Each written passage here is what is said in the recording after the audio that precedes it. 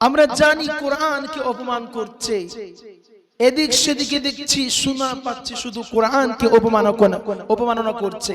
আপনারা জানেন কোরআনকে নিয়ে অপমাননা করছে, আপনারা শুনেছেন?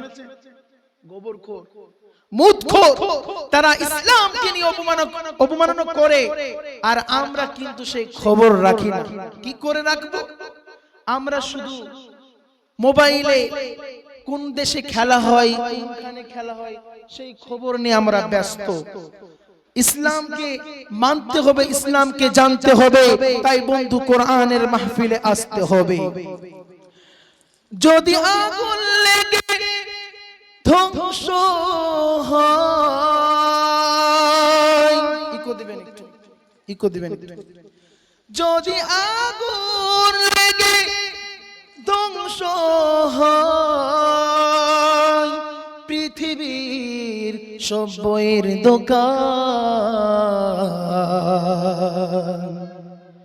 তবু বিশ্ব থেকে হারাবে না পবিত্র কোরআন। হবে না? সুবহানাল্লাহ, সুবহানাল্লাহ। ভাই জোশ লাগবে গজলটাতে, হ্যাঁ ঠিক কিনা বলেন? বিশ্ব থেকে হারাবে কোরআন? হারাবে না।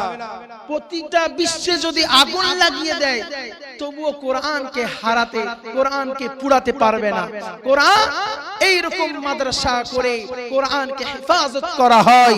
আল্লাহ রাব্বুল আলামিন কালাম পাকের মধ্যে এই জন্যই বলেছেন, ইন্না নাহনু নাযালনা যিকরা ওয়া ইন্না লাহু লাহাফিজুন। যদি আগুন লেগে ধ্বংস হয় পৃথিবীর সৌন্দর্যের দোকান,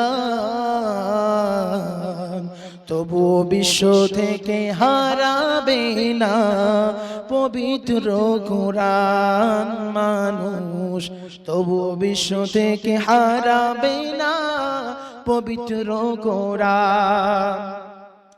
করবে কেমন করে কোরআন ধ্বংস আগুনের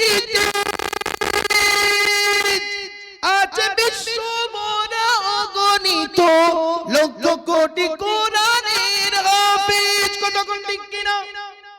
ঠিক বুঝতে পারেননি আপনারা? বুঝতে পেরেছেন?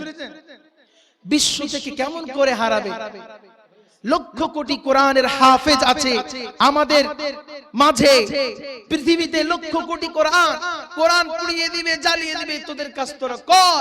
আমরা মাদ্রাসা করে কোরআন ওয়ালা বানাবো, কোরআনকে বুকে গেঁথে রাখবো, তোদের মতো আমরা নয়। আমরা কোরআন আমরা পড়বো এবং আমাদের ওস্তাদরা একদিক থেকে লিখতে থাকবে। আচ্ছা, করবে কেমন করে কোরআন ধ্বংস আগুনের তেজ, আছে বিশ্ব ভরা অগণিত লক্ষ কোটি কোরআনের হাফেজ। জোরে হবে না সুবহানাল্লাহ? আরো জোরে সুবহানাল্লাহ, সুবহানাল্লাহ। কেমন করে করবে কোরআন ধ্বংস আগুনের তেজ, পৃথিবীতে আছে লক্ষ কোটি কোরআনের হাফেজ মানুষ, পৃথিবীতে আছে লক্ষ কোটি কোরআনের হাফেজ। তারা ছাপাইয়া আসমানি গ্রন্থ, আবার ছাপাইয়া আসমানি গ্রন্থ, বাঁচাইবে ইসলামের ঈমান, তবু বিশ্ব থেকে হারাবে না পবিত্র কোরআন মানুষ, তবু বিশ্ব থেকে হারাবে না পবিত্র কোরআন। নারায়ে তাকবীর। দেখো বাংলাদেশের মানুষ মরল দুর্ঘটনায় ভাই, সেদিন সবই পুড়ে ছাই হইল, কোরআন পুড়ে নাই। জোরে হবে না সুবহানাল্লাহ? আপনারা এই ঘটনা শুনেছেন? টেলিভিশনে মোবাইলে প্রতিনিয়ত আসছে যে সব পুড়ে ছাই হয়ে যাচ্ছে, কিন্তু কোরআন পড়ে না। এটা হচ্ছে আল্লাহর একটা শ্রেষ্ঠ মুজিজা। হ্যাঁ, তাই কবি বলছে, দেখো বাংলাদেশের মানুষ মরল দুর্ঘটনায় ভাই, সেই দিন সবই পুড়ে ছারখার হলো, কোরআন পুড়ে নাই।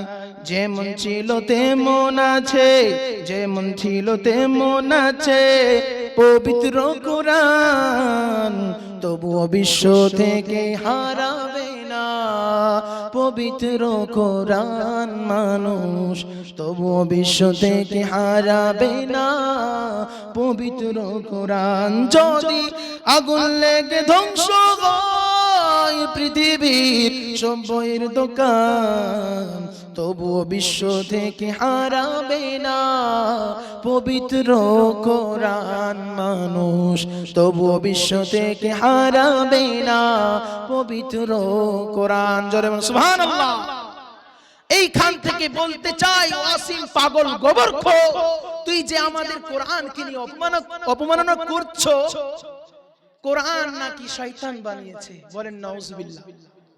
আপনারা বুঝতেই পারেননি, জোরে বলেন নাউজুবিল্লাহ। কোরআন কে বানিয়েছে বলেন, জোরে বলেন। কোরআন কে বানিয়েছে? আল্লাহ বানিয়েছে। আল্লাহর নবী সাল্লাল্লাহু আলাইহি সাল্লামকে আল্লাহ তাআলা কোরআন কেমন করে দিয়েছে আপনারা সেই ঘটনা জানেন?